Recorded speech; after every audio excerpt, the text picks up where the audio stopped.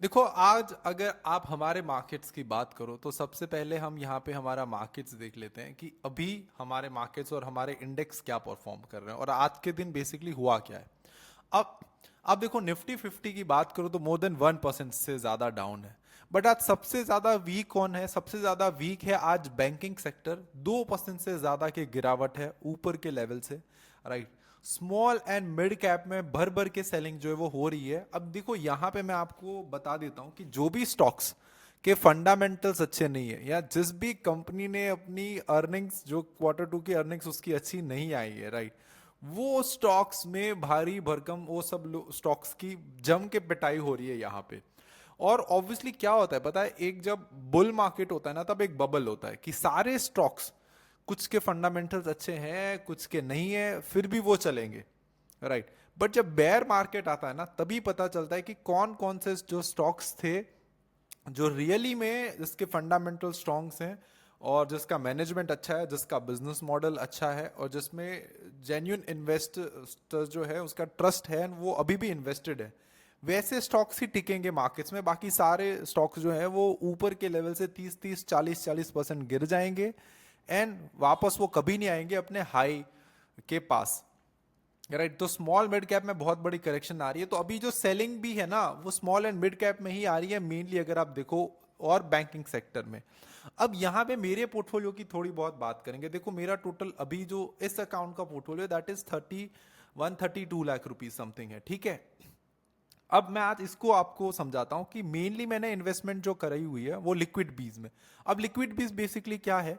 Liquid बीज अगर मैं आपको एक सिंपल लैंग्वेज में समझाऊं तो लिक्विड बीज इज समथिंग कि जहां पे आप अगर अपने पैसे इन्वेस्ट करते हो तो आपको 3 से लेके 4% तक फिक्स रिटर्न जो है वो मिलता है। और वो पैसे आपके गवर्नमेंट यूज करती है ना, उसके बदले में आपको 3-4% का फिक्स इंटरेस्ट जो है वो यहां से मिल जाता है। तो मेरा मेनली जो सारा फंड्स होता है वो लिक्विड बीज में ही होता है और उसको मैं प्लेज कर देता हूं। अब प्लेजिंग का मतलब क्या है पता है? कि आपने अपने लिक्विड बीज को उधार दे दिया और उसके ऊपर जो आपको फंड्स मिले उसके ऊपर आप ट्रेड कर रहे हो। अब होता क्या है कि मैं सारे फंड्स लिक्विड बीज में रखता हूं, उसके बाद मैं कुछ ना कुछ इन्वेस्ट करता रहता हूं। लेट्स से कि मुझे कोटक महिंद्रा बैंक में अच्छी अपॉर्चुनिटी मिल रही है, इसको मैंने लिया था जब कुछ कोटक महिंद्रा बैंक की बैड न्यूज आई थी, तब मैंने उसको खरीदा था कोटक महिंद्रा बैंक को। सेम तरीके से मैंने HDFC बैंक को भी खरीदा हुआ था। सिल्वर बीज मेरे पास बहुत टाइम से है, बट इसमें मैं एवरेज करता जाता हूँ। राइट। सेम टाइम पे मैंने SRF जो था वो इस वीक में आई थिंक मंडे या ट्यूसडे में खरीदा था। एंड मेरे पास एशियन पेंट्स है, बजाज फिनसर्व है।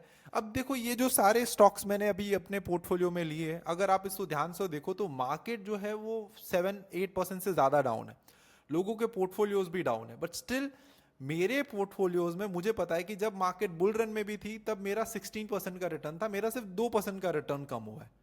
राइट। तो जो मेरा मतलब 16% का रिटर्न था वो 2% हो गया। And अभी भी मैं इस मार्केट्स में क्या कर रहा हूँ कि मैं अच्छी अच्छी अपॉर्चुनिटीज फाइंड करके एक छोटे छोटे अमाउंट्स के साथ इन्वेस्ट जो है वो स्टार्ट कर दे रहा हूँ। यहाँ पे आप देख सकते हो कि आज मैंने जो है वो टाटा केमिकल्स में जो है वो 100 शेयर्स बाय किए हैं। एंड जिस जिस तरीके से जो है मतलब इंप्रूवमेंट्स मुझे दिखती है, उस तरीके से मैं जो अपनी क्वांटिटी है वो एवरेज करता जाता हूँ। मैं कभी भी लॉस में एवरेज नहीं करता, मैं ऑलवेज जब भी प्रॉफिट होता है तब मैं एवरेज करता हूँ। राइट। तो ये मेरी फिलोसॉफीज है, ये मेरे रूल्स हैं। अब अगर आप निफ्टी एंड बैंक निफ्टी की बात करो तो अभी नीचे के लेवल है, बट यहाँ से एक रिवर्सल देने की ट्राई कर रहे हैं। मे बी एक ट्रैप भी हो सकता है रिटेलर्स के लिए। यहाँ पे हम अगर अभी अपना करंट पोजीशंस देखें तो यहाँ पे पोजीशंस में जाके नेट पोजीशंस चेक कर लेते हैं तो अराउंड 19 लाख समथिंग का जो है वो प्रॉफिट इंटैक्ट रनिंग है।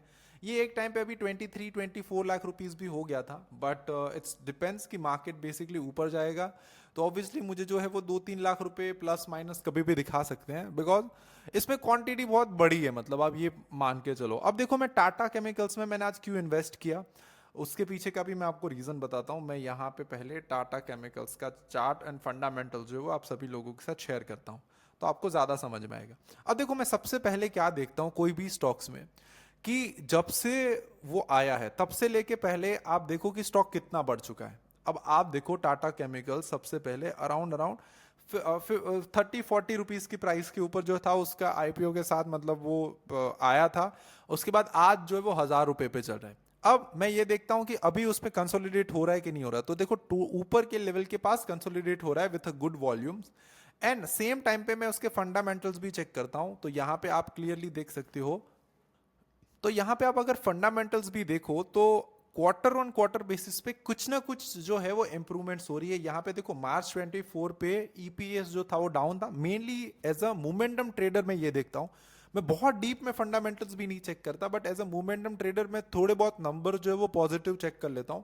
बिकॉज मेनली होता क्या है कि पहले आपको वो सारी चीज प्राइस में दिख जाएगी, उसके बाद फंडामेंटल्स चेंज होंगे, राइट। तो ये सारी चीजें, बाकी मैं सेल्स ग्रोथ देख लेता हूं। तो sales growth it's kind of मतलब स्टैग्नेंट है, बट यहां पे आप देखो कि एस्टिमेटेड प्राइस जो इन्वेस्टर्स हैं या जो फंडामेंटलिस्ट हैं वो ये बता रहे हैं कि इतना ग्रोथ जो है वो मतलब 37% का ईपीएस 25 तक हो सकता है, 26 तक वो 90 का भी हो सकता है। बाकी सारे जो नॉर्मल पैरामीटर्स हैं मैं देख लेता हूं कि प्रमोटर्स के पास कितनी होल्डिंग्स हैं, मैनेजमेंट टीम में कौन कौन है। बिकॉज सी मैनेजमेंट टीम से ना बहुत सारी चीजें डिफाइन होती है कि मैनेजमेंट में जो लोग हैं उसका विजन एंड मिशन क्या है, क्योंकि वो ही लोग जो है वो कंपनी को आगे ड्राइव करने वाले हैं, राइट। तो वो इंटरनली कैसे है, राइट, उसकी सोच कैसी है, तो वो भी सारी चीजें मैं देखता हूं। उसके साथ मैं ये देखता हूं कि भाई कंपनी यूनिक क्या कर रही है, राइट। ये सेम चीज इसके बिजनेस में कोई और मोनोपोली है क्या, तो ये भी चीज भी देख लेता हूँ। बाकी थोड़े बहुत नंबर्स देखता हूँ कि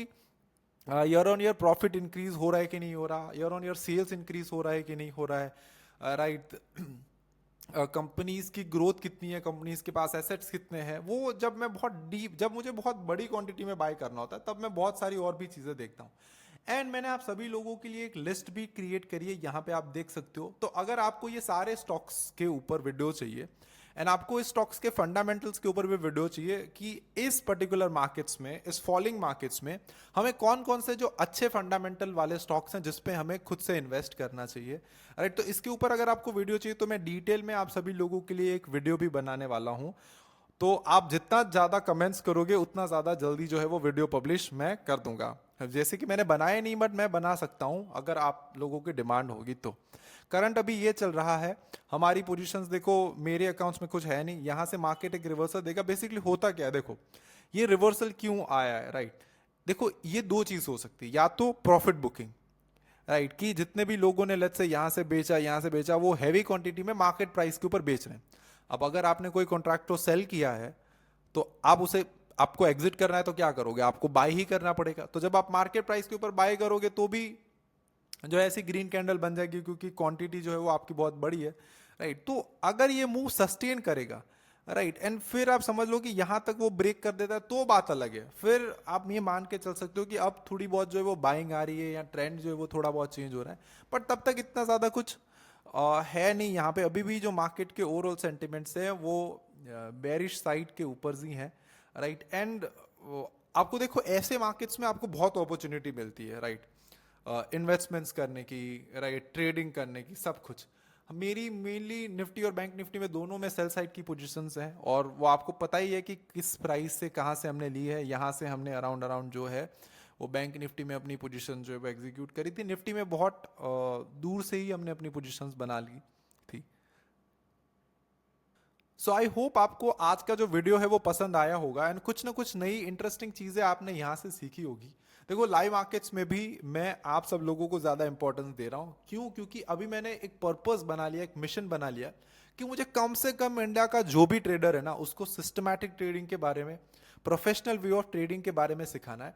मैं आपको एक और भी चीजें शेयर करता हूं। अगर आप एक सच में अच्छे ट्रेडर हो, राइट, और आप प्रॉफिट कर रहे हो, देन हम आपको फंड प्रोवाइड कर सकते हैं। बिकॉज आजकल लोग क्या कर रहे हैं कि फॉरेक्स के चक्कर में पड़ रहे हैं और फंडेड अकाउंट्स एंड ये सारी चीजें ढूंढ रहे हैं।